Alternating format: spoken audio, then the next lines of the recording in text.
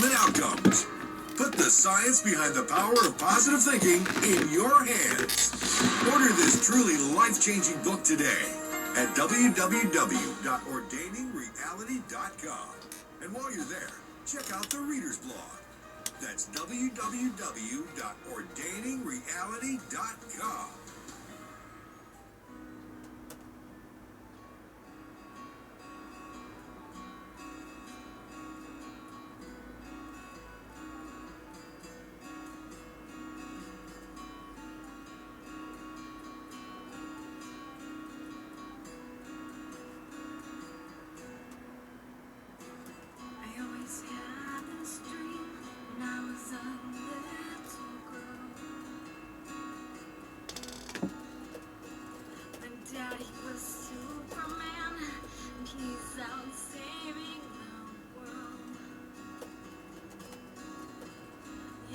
He'll come back for me when his work is done. And I wait for you, but you would never come. Oh, if that's what you want, and that's where I'll leave it. Okay, folks. I just woke up. I'm in my bathrobe. It's 8 o'clock in the morning. I don't even want to get dressed yet. I feel so tired. But I'm waiting to go live on the show. It's my second time on Genjin.com. If you go to Genjin.com/mission.html, you can get a direct link there.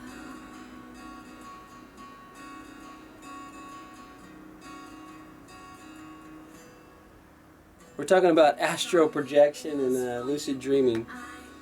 And I'm probably going to have to cut this part out because this song probably has copywritten and I can't put that on my YouTube video probably.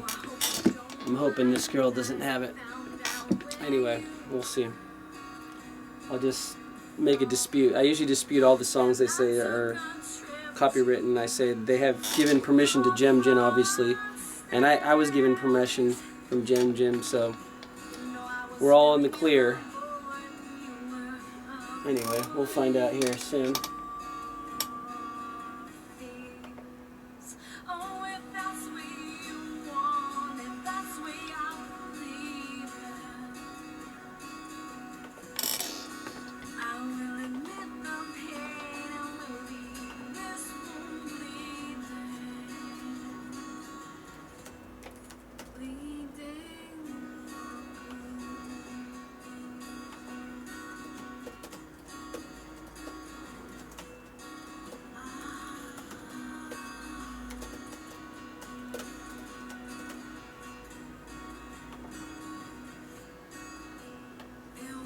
When I found you, I feel less alone.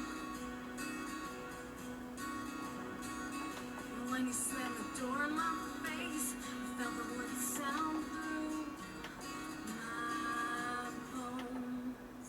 But the one thing you showed me is we believe what we want to see. Oh, and lately the adult steps.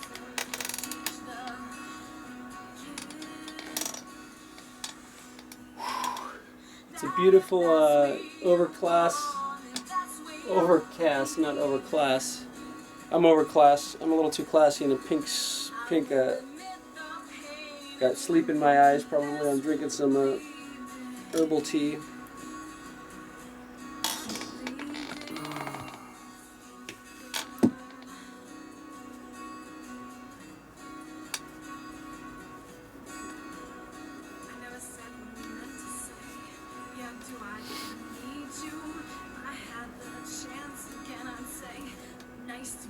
I'm a 25-year-old one-night stand standing in the front stairs. I'm the best child with a damn good mother and 2 half sisters. I have learned to turn inside out just to find a safe space. So here's some advice: use protection and have a nice day. Have a nice day. They should have been playing my song. I sent them my songs and they said I didn't send them my songs. Anyway.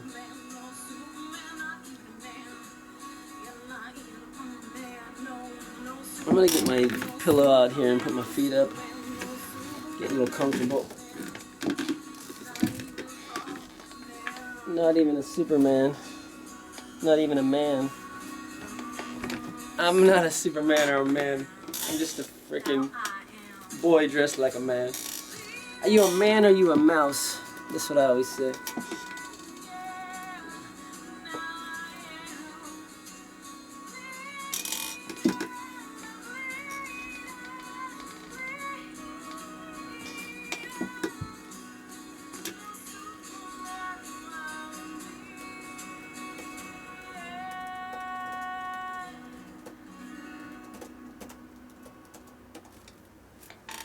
We're not here to judge. I am a Christian. I pray to God. I believe that. But I'm not going to say that's the only way to heaven, because I would be betraying myself to say that, because I don't. That's not what I believe. Jupiter. Yes, I'm going to talk a little bit about that, and I'm also going to talk about something that I got some questions on about. Another force in the universe. And so my opening monologue, which is usually about 7 or 8 minutes, will probably be more like about 8 or 9 minutes. I'll cover some other stuff faster and cover those two topics, and then I'll bring Tim right in, and of course I'll introduce Tim, and then we'll go from there. Great. Tim, can you hear us? Rock and roll. I can hear you. Hi Tim, how are you? Excellent. Good. So I'm going to do an opening monologue, and I'm going to cover a couple of scientific things. One, actually two kind of breaking things. One of which I've had questions from, from people on my blog about that I'm just going to get to. And another was just about, Jupiter. That's just kind of new news, and it's kind of fascinating and interesting. We'll see what happens with that. And then, so I normally do about a 7 or 8 minute opening monologue, and I'll make this about, this might make it into 10. I'll shorten other parts of it. Cool. Perfect. And then I'll introduce you. And and listen to it. You may have some comments on some part of it, but then we'll get right to your stuff anyway. Cool. And so I'm ready anytime you want to cue in the music, Lucy. Sorry about being late here. Okay, you guys are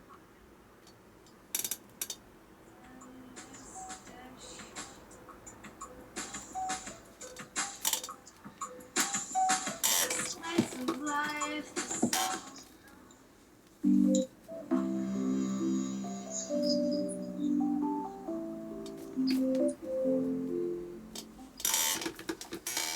Well, good evening, folks. Good morning or good afternoon, depending on where in this wide world of internet radio you are tuned into and listening to the Ordain Reality Show here on Genjin Radio.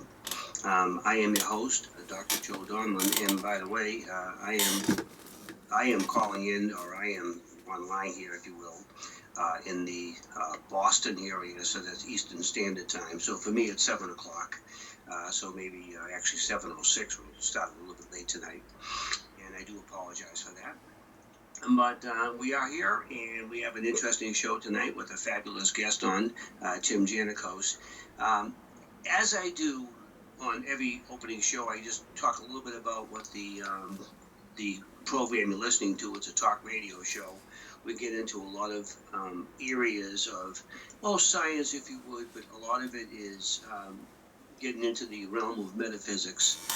But as common listeners to the show and frequent listeners to the show, I have a background in both physics and in metaphysics. So we get into some of the topics that kind of cross over. And, one of the things that I've been talking a lot about within the realm, the crossover, if you will, between physics and metaphysics is, the fact that there seems to be something more than what is seen, heard, felt, tasted, and the five senses. And we're seeing more and more evidence of that. And as a result of that, I had several different conversations and several different shows that I talked a lot about that particular topic, and they're here on archive, and I bring this up again. But I did have a couple of questions, or a couple of inquiries, if you will, on my website about a fifth force. And I wanted to just address that, because that's not kind of what I'm talking about. But basically, but it is kind of important. And so what's been claimed really is an article that was presented on a physics paper. I got the paper and I kind of looked at it. Essentially, it's kind of contradicting, if you would, something in the standard model. And I talk a lot about the standard model. And the standard model, and we're talking now within the discipline of physics. The standard model, it's easy to understand. It's just a collection of theories that collectively make it up, almost like a pie chart, different models fitting into different pieces of it, that describe the smallest experimentally observed particles of matter and the interactions between energy and matter. And essentially, what they describe is the four forces of nature, which of course are gravity and electromagnetism and the weak force and the strong force. And so what has seemed to be coming up in certain experiments as we get better and better with these, call them atom smashers, these machines, these cyclotrons that speed matter and look at the collisions, after it, that there seems to be a fifth force, or at least something that they can't explain any other way. And and it's really interesting because the experiments do seem to support that. These measurements have survived peer review, and a lot of this was published a few months ago, and more experiments have been going on, and very recently even something at UC Irvine, University of California, Irvine, where my brother actually taught. And so basically the body of work has been really looked at almost over the last century, and it's been fueled by things like dark energy and dark matter, and maybe a lot of you have heard about it. But anyway, so it comes up with a whole new theoretical framework, and it's actually originated with this a bunch of scientists in Hungary, and now they're being kind of looked at again within the United States to see. So basically, there's been a lot of thought about this fifth force, and I'm addressing it because I've had some questions. It isn't anything that I had talked about, and in fact, to be honest with you, I do not. I am thinking that they're going to debunk this. Okay, I don't think there is another force out there beyond the four fundamental forces, as I mentioned: gravity, electromagnetism, the weak force, and the strong force. And and I describe them in my books, at a high level, so it's very intelligible for somebody without a deep physics background to understand them. And in fact, this wouldn't be an explanation in my mind to explain dark matter and dark energy. I've got a different theory on that. But of course, I, as everybody else, or everybody in the field, do research on this. I reviewed this material, and of course, I'm always learning as well. So I'm not saying there's an impossibility that there's not a fifth force, but it would actually contradict a lot of the things that I subscribe to and believe are true. So I am suspecting that they're not going to find that. But I wanted to differentiate that. That's not, that's not like a fifth dimension, which would be the realm of of metaphysics. That's a fifth force, and it is a whole different thing. And they talk about these force carriers as these so-called dark photons, and it gets into a lot of, complicated math and so forth. But, I'm very impressed with the research done on it. I'm certainly open-minded about it, but I would say that we're not going to find anything there, and I think we're going to move on from this. So that's my prediction, and based on a lot of other material that I subscribe to. So anyway, so that's where we are with that, and of course there's been a lot of new news about the scientific probe that called Juno that's been orbiting. It finally reached now the planet Jupiter, which is kind of interesting, and I find that to be, that's real stuff, and I find that to be very fascinating. But at any rate, it is kind of interesting because Jupiter is a rather amazing planet. It is not like anything else in our solar system. In fact, it is so big that if it were much bigger, it would start to shrink in size due to gravitational pull on itself. It's about, in volume-wise, it's about 1,300 times as big as the planet Earth. So it means you could put like 1,300 planet Earths in it. and there's obviously a lot of planets orbiting the sun, but Jupiter is really, kind of its own animal, if you will, because it's 2.5 times bigger than all the other planets combined, and it all fit easily inside Jupiter, and it's kind of gaseous. So it's interesting in that regard, and also it has, tremendous amounts of, heat, and gravity, and also radiation.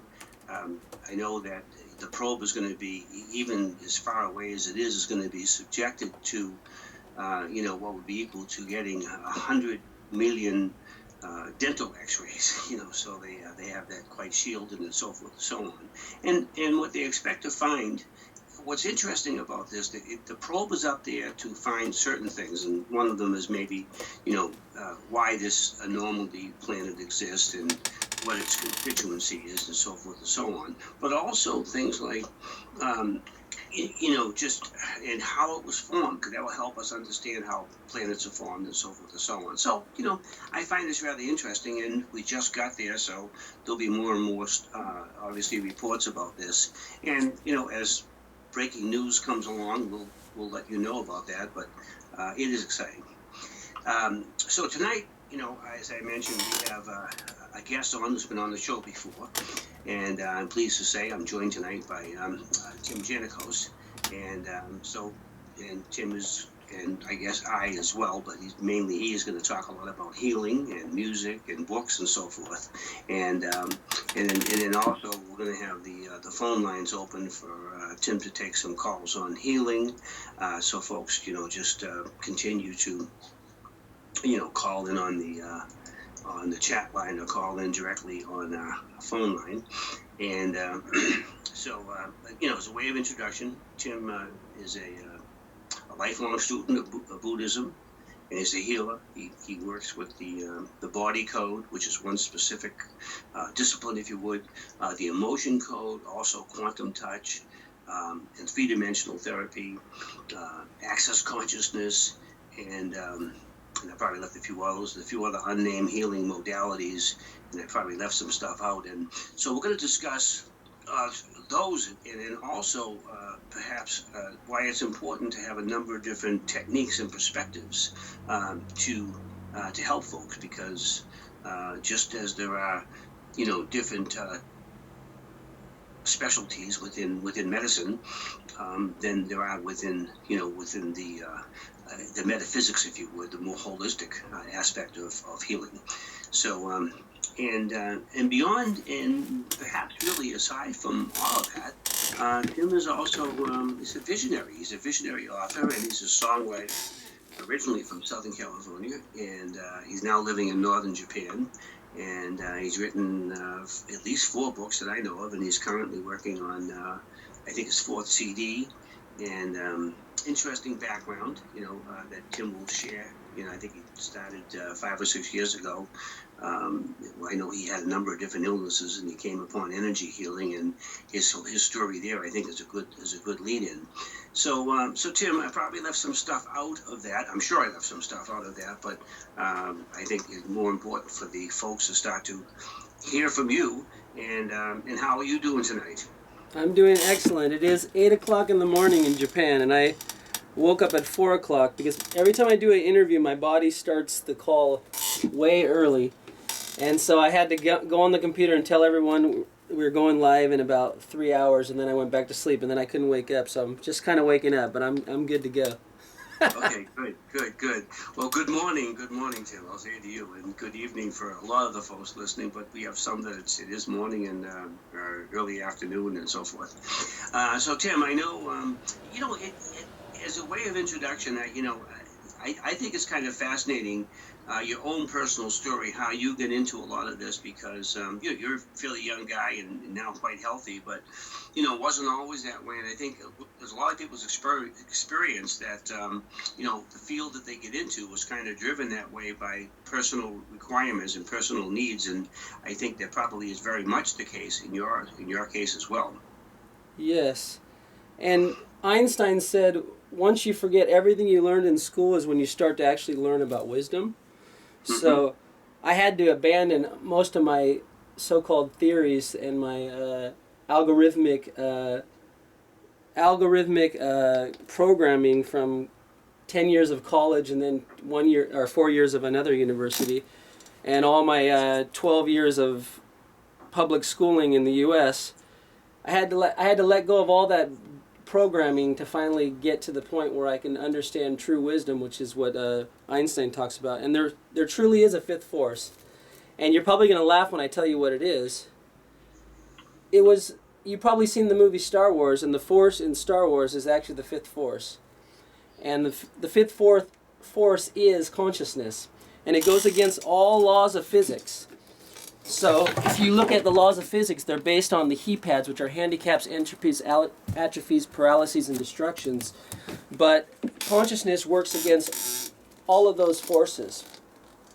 So scientists cannot explain consciousness, so they try to rule it out of all equations, because consciousness goes against every theory of science that there is, because they can't explain it. So how does a body regrow something that it damaged? Like if we get a computer and we throw it down the stairs and it breaks, we can't get the computer to regrow back, but a body can regrow back really quickly, and they can't explain how that is possible in science. So they have a lot of theories, but they just really can't explain it. So what it is the fifth force. It is consciousness. And in Buddhism, I grew up studying Buddhism. They call it Myoho. Myoho means the mystic law, or the law of the lotus blossom, Myoho Renge Kyo.